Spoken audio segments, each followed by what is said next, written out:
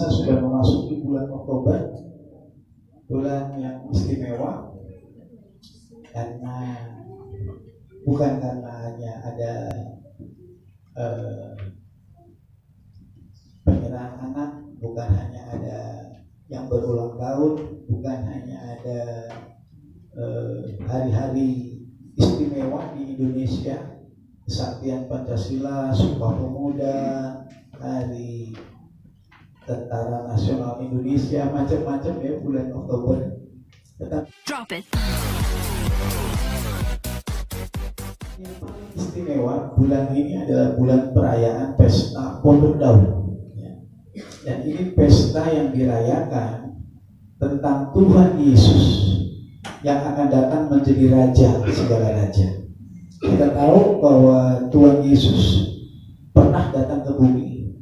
Waktu itu orang Israel menyambut Tuhan Yesus dengan sukacita. Mereka membawa palem, mereka buka jubah mereka, mereka taruh di jalanan supaya Yesus lewat, karena Yesus adalah Raja segala raja.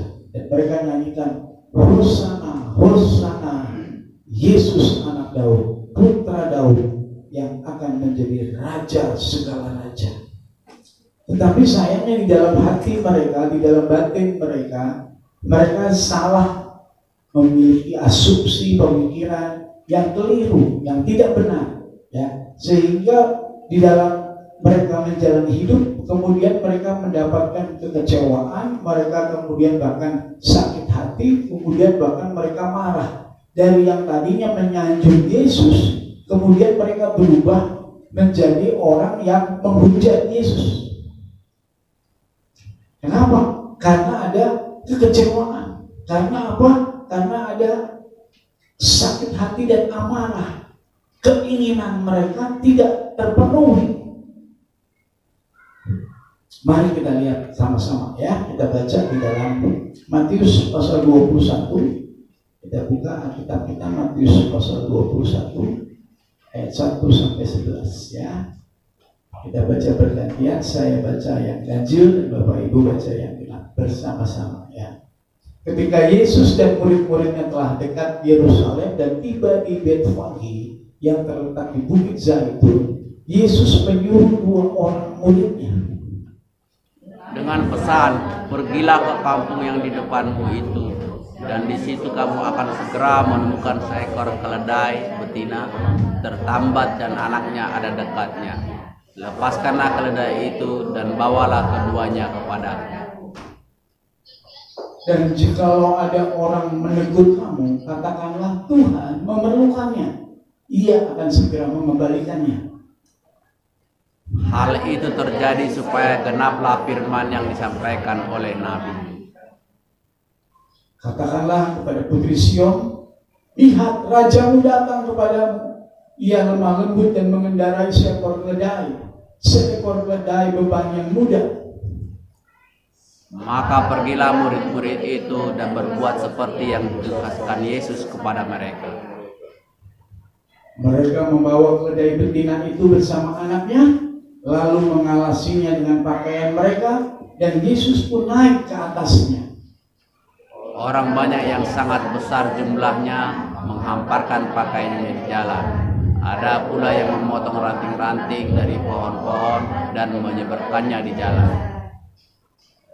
Dan orang banyak yang berjalan di depan Yesus dan mengikutinya dari belakang, berseru, katanya, Hosana bagi anak Daud, diberkatilah dia yang datang dalam nama Tuhan, Hosana di tempat yang maha tinggi. Dan ketika ia masuk ke Yerusalem, gemparlah seluruh kota itu, dan orang berkata, siapakah orang ini? Dan orang banyak itu menyaut, inilah Yesus dari Nazaret di Galilea. Saudara, pada waktu Yesus masuk ke kota Yerusalem, setelah itu kita lihat suasana kotanya di dalam ayat yang ke-10 ya, Matius 21 ayat yang ke-10 ya. Gemparlah seluruh kota. Coba saudara bayangkan, seluruh kota itu gempar. Terjadi sesuatu yang menjadi bahan omongan semua orang. Semua orang di kota Yerusalem pada waktu itu, ya kota itu jumlahnya sekitar 100.000 maksimal, gitu ya. Dan pada waktu itu semua orang yang ada di tempat itu bertanya-tanya, siapa sih orang ini? Siapakah orang ini? Kok begitu banyak orang menyambut, begitu banyak orang yang ikut merayakan sukacita dan merayakan kemenangannya. Saudara, kalau kita lihat kehidupan Yesus pada waktu dia disambut ini, Yesus sudah melakukan banyak sekali hal-hal yang besar, dan dia juga sudah mengajar banyak hal-hal yang penting. Contohnya, sebelum Yesus masuk ke dalam Yerusalem ini, dia baru saja membangkitkan orang mati yang sudah 4 hari yang namanya Lazarus. Lazarus 4 hari sudah mati, kemudian dibangkitkan. Kemudian sebelum itu Yesus menyembuhkan orang yang buta. Kemudian sebelum itu Yesus membuat mujizat, memberi makan 5.000 orang melalui 5 roti dengan 2 ikan. Dan mujizat-mujizat lainnya yang besar-besar terjadi. Tetapi juga Yesus mengatakan bahwa aku datang ya, bukan untuk menjadi hakim, bukan untuk membunuh, tetapi aku datang membawa damai, dan aku datang bukan untuk menghakimi siapa-siapa. Aku datang untuk menyembuhkan yang sakit. Aku datang bukan untuk dilayani, aku datang untuk melayani. Yesus berkata bahwa aku bukan berasal dari kerajaan di dunia ini, kerajaanku itu berasal dari surga. Dan di dalam kerajaanku yang terbesar adalah orang yang hamba, bukan orang yang pandai, bukan orang yang terkenal, bukan orang yang kaya, tetapi orang yang mencuci kaki orang lain. Kira-kira Yesus sudah mengajarkan begitu. Tetapi orang Israel sayangnya punya bayangan yang lain. Mereka punya bayangan Yesus ini sudah bikin mujizat, orang mati saja bangkit yang belum pernah ada, orang yang buta dari kecil aja bisa melihat, ya 5.000 orang tinggal kasih makan cuma dibagi-bagi saja, roti yang cuma ada 5 dibagi-bagi bisa buat 5.000 orang, dari tangannya bisa keluar roti, keluar ikan, keluar macam-macam mujizat-mujizat besar. Wah, kalau dia ngajar penuh kuasa, kalau dia ngusir setan, setannya kabur, wah ini cocok banget jadi raja. Kemudian semua orang Israel berkata, ini dia anak Daud yang akan menjadi raja. Saudara, bayangan mereka orang Israel pada waktu itu ingin seorang yang raja yang berkuasa secara duniawi. Ingin seorang raja yang punya kekuatan secara jasmani. Ingin seorang raja yang dapat membebaskan mereka dari penjajahan Romawi. Padahal Yesus sama sekali tidak ada pikiran untuk mendirikan kerajaan secara duniawi. Kan cuma sementara di dunia ini. Yesus tidak ingin memikirkan tentang kejayaan secara materi. Punya mobil besar, punya rumah besar, punya istana besar, pakai kuda yang hebat-hebat warna putih, kudanya mungkin tingginya 3 meter, tapi yang dipakai malah keledai, binatang yang hina, yang dungu, yang kecil, yang dipakai buat ngangkut-ngangkut barang. Nggak cocok raja naik ke ginian, gitu kan? Tetapi itu yang dipilih Yesus. Tetapi bayangan orang-orang Israel ini, mereka kepengen segera dibebaskan dari Romawi, dibebaskan dari penjajahan musuh, dibebaskan dari kerajaan Kaisar Herodes, supaya mereka bisa punya tanah, bisa punya kebun anggur, mereka bisa punya rumah, mereka bisa punya properti, mereka bisa punya bisnis. Di dalam pikiran mereka semuanya hanya kejayaan secara materi. Nah itu di dalam hati mereka pikirannya begitu. Ya.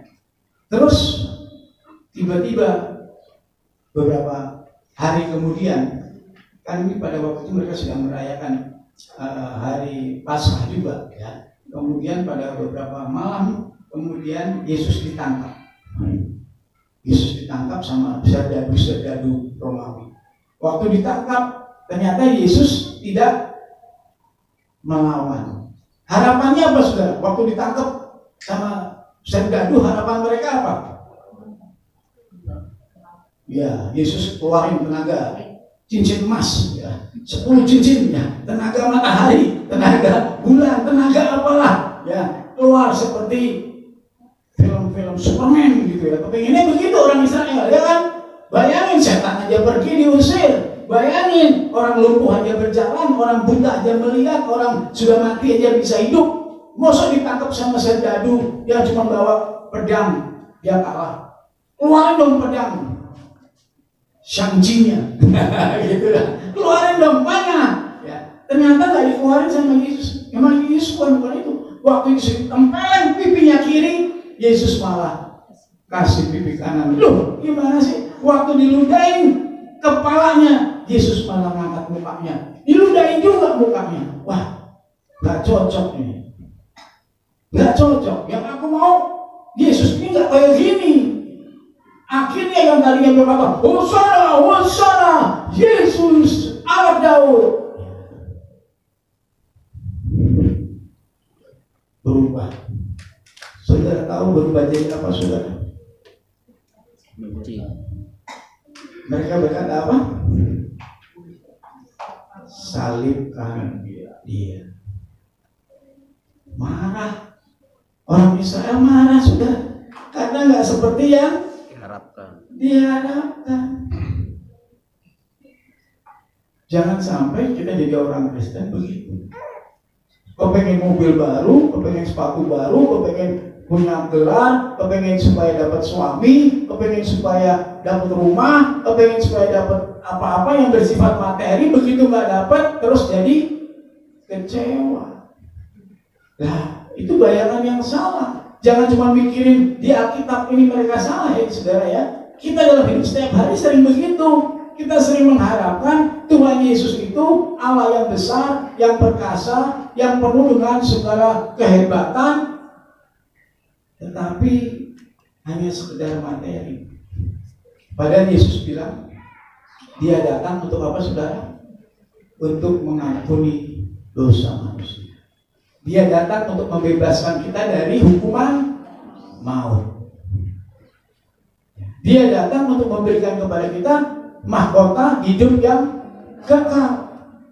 Ya, Yesus inginkan itu yang terutama yang harus kita terima. Dia datang bukan mendirikan kerajaan di bumi, tetapi dia datang untuk memberikan kita kerajaan surga yang tidak berkesudahan. Kerajaan surga yang tidak akan pernah digoyahkan oleh apapun yang ada di muka bumi ini. Waktu orang-orang berkata, genaplah firman Tuhan bahwa Raja kita datang, anak Daud akan berkuasa kembali. Mereka berseru-seru, tetapi sayangnya di dalam hatinya pikirannya salah. Banyak orang Kristen berseru-seru, Yesus dahsyat, Yesus hebat, Yesus ajaib. Ya. Giliran yang diharapkan naik gaji, nggak naik gaji, malah dipecat. Terus akhirnya jadi kecewa. Nah, itu salah. Yang diharapkan dari Yesus bukan gaji terlalu kecil ya. Yang kita harapkan dari Yesus adalah pengampunan dosa yang nggak bisa dicari di mana-mana. Yang kita harapkan dari Yesus, yang Yesus kerjakan apa? Yesus mau segala dosa kita dihapuskan, pelanggaran kita tidak diperhitungkan, kesalahan kita tidak diingat-ingat. Itu yang Yesus mau. Dan dia memberikan kepada kita mahkota hidup yang kekal. Karena Roh Allah memberi kita hidup beda dengan hal-hal yang jasmani. Makanan dan minuman itu memberi kita hidup hanya untuk terasa enak di lidah sebentar, tapi nggak berapa lama ada efek sampingannya, kolesterol, efek sampingannya, sakit, stroke, macam-macam, saudara ya. Itu makanan-makanan yang biasa. Tapi kalau yang Allah berikan, Roh Kudus, dia memberikan roh yang memberikan kita apa? Hidup. Yang kapan? Yang kekal. yang tidak berkesudahan, itu yang dikasih sama Tuhan, dan itu yang harusnya kita ucapkan syukur dan kita terima dan membuat kita bergairah. Jadi pada waktu orang Israel bawa pohon palem ini, ya rantingnya, ya nari-nari, ya kemudian bersukacita, tetapi di dalam hatinya dia bilang, Hosana, Hosana, Yesus Raja Daud, Raja segala raja. Di dalam hatinya, supaya aku bisa punya properti, supaya aku bisa punya tanah, supaya aku bisa enggak lagi dipalakin sama orang-orang Romawi, supaya aku bisa punya bisnis yang besar. Ya, sekarang Yesusnya malah diludahin, malah ditempeleng, malah nggak ngelawan, malah nggak nolongin dirinya sendiri. Gimana bisa nolong kita? Nah, itu omongan mereka.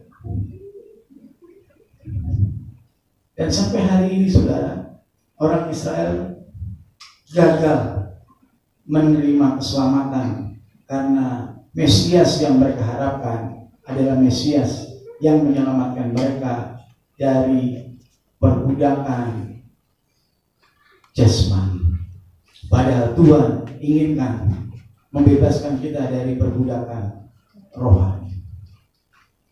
Jadi Yesus ingin supaya saudara dan saya mengerti bahwa pada waktu kita berseru Hosana, terpujilah Tuhan, diberkatilah Tuhan, yang ada di hati kita adalah ucapan syukur. Tuhan sudah mengampuni saya, Tuhan sudah memberikan kepada saya mahkota hidup kekal, Tuhan sudah memberi saya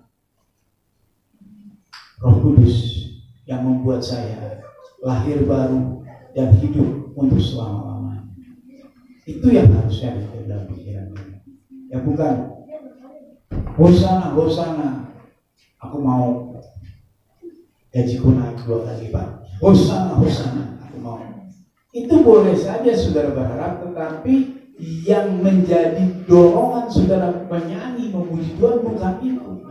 Saya sudah suruh saudara tulis 10 hal yang saudara inginkan setiap kita merayakan Pondok Daun, dan 10 hal itu nanti lihat mujizat-mujizat akan terjadi. Mereka yang memuliakan Yesus sebagai Raja yang telah memberi damai di hatiku, Yesus yang sudah memberikan aku hidup yang kekal, Yesus yang mengasihi aku dan menerima aku apa adanya, orang yang menari-nari untuk kemurahan Tuhan, 10 mujizat itu terjadi. Amin. Tetapi yang hidupnya di penjara, bangun tidur, sudah mengeluh, menggerutu, mana nggak terjadi. Katanya Tuhan ajaib, Dia besar, mana gajiku masih kecil. Nah, orang yang seperti itu boleh merayakan Pondok Daun lagi tahun depan, 10 yang tercapai mungkin 1, bahkan mungkin 10 yang ditulis nggak ada yang tercapai. Karena yang dimaksud Tuhan Raja Damai bukan soal itu, bukan soal makanan dan minuman duniawi, kejayaan materi, tetapi bisakah kita bersyukur buat damai yang Tuhan sudah berikan buat kita, buat sukacita yang Tuhan sudah berikan buat kita, buat kemuliaan yang Tuhan sudah berikan kepada kita, segala berkat rohani yang sudah diberikan kepada kita. Kalau kita bersyukur, bisa memuji, menari, dan menyanyi untuk kebaikan dan kemurahan Tuhan, maka berkat Tuhan akan dicurahkan kepada saudara. Amin. Tahun 5782 ini adalah tahun di mana kita akan melihat percepatan penuaian yang besar terjadi. Karena tahun ini perubahan yang besar terjadi di dalam segala bidang manusia. Hidup manusia ada perubahan yang luar biasa, penemuan-penemuan yang ajaib yang luar biasa. Dan saya yakin di dalam alam roh Tuhan juga mau melakukan percepatan untuk saudara mengalami penuaian yang besar secara cepat di tahun-tahun ini. Dan Tuhan gak mau lambat-lambat, dan semuanya bergerak dengan cepat. Saya yakin ada akselerasi percepatan juga buat saudara mengalami semua berkat-berkat Tuhan. Asal saudara menyambut Dia sebagai Raja Damai yang sesungguhnya, yang telah mendamaikan kita dengan Bapa di surga, yang telah mengampuni dosa kita, yang telah memberikan kepada kita hidup yang kekal dan membuat nama kita tertulis dalam kitab kehidupan untuk selama-lamanya. Amin. Perayaan Pondok Daun kita akan mulai di tanggal 25 sampai tanggal 31. Ya, sayangnya kita masih bergantian ya. Jadi walaupun harus 7 hari, mungkin saudara cuma bisa 2 atau 3 hari ya. Karena cepat-cepatan ya, kalau sudah jumlahnya 30 ya sudah ditutup begitu ya. Jadi nanti dibuka hari Senin ya, kalau ada 30 sudah nggak boleh lagi. Tapi kalau saudara rindu untuk hadir ya, setiap hari ya saudara harus daftar cepat ya supaya bisa ikut setiap hari, karena kita terbatas dengan kuota. Ya, mungkin mudah-mudahan nanti minggu depan sudah bisa 50 orang ya. Kita berdoa supaya bisa nggak 30 yang hadir tapi 50 ya. Kalau bisa di hari Minggu sudah bisa 50-50, maka semuanya sudah bisa menghadiri ya. Perayaan Pondok Daun adalah perayaan kedatangan Tuhan Yesus sebagai Raja yang sesungguhnya, yang memberikan kepada kita damai sejahtera, pengampunan, dan hidup yang kekal. Itulah yang kita rayakan di dalam perayaan Pondok Daun. Haleluya. Amin.